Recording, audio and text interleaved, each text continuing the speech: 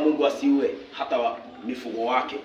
Jobu angesema Mungu asilete attacks zozote katika maisha. Lakini Ayubu alijua jambo moja, ya kwamba Mungu anafanya mambo yote katika utaratibu wake na kwa mpango wake na kwa kusudi lake. Kwa hivyo Ayubu akatulia na akangojea matokeo kutoka kwa Mungu. Praise the name of the Lord. Amen. Lakini hata hivyo kuna jambo ambalo Ayubu alifanya. Ayubu aliendelea kuita Mungu. Unajua kuna watu wanakimbizwa na mambo, na wanapokimbizwa na mambo sana wanaona wadoke kwa Mungu. Wanafikiria ya kwamba akienda kwa ulimwengu ama akienda upande wa shetani ndio mambo itakuwa rahisi. Wanasahau ya kwamba kwa shetani ndio kuna shida sana. Mambo ni magumu sana huko kwa shetani.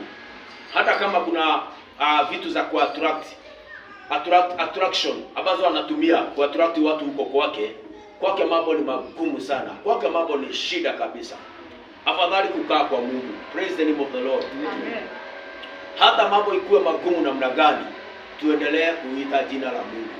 Na tutakapoendelea kuita jina la Mungu, siku yetu itafika. The day of our manifestation shall come.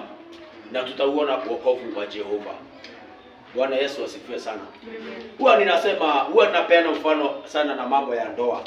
Na ninasema kuna watu ambao wanaingia katika ndoa, labda msichana na mvulana wanaoana bila kutafuta direction ya Mungu. Na kwa sababu wanaona mambo ambayo yamepambwa kwa uinje, ama kwa hiyo labda msichana anaona jamaa kona pesa, jamaa anaongeaga vizuri, ama msichana anaona ama jamaa anaona kakasichana kazuri sana, kako polite, kako cool, kametoka familia ambayo iko na mali, iko mzuri. Nafikiria sasa labda tukioana, kwa sababu ya vile ninaona hii ndoa itakuwa mzuri sana. Na wanapoingia katika ile ndoa, labda miezi ya kwanza mambo yatakuwa mazuri, kwa sababu kila mtu anaficha white. Inaitwa kuficha white. Kuficha the truth. Maana kila mtu anaficha white yake. Lakini kuna mahali katika ndoa, mahali ambapo inafika mambo inakuwa open, mambo inafunguliwa.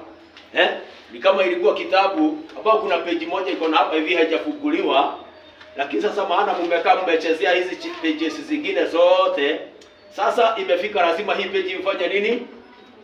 Ifunguliwe. The page of reality katika ndoa, katika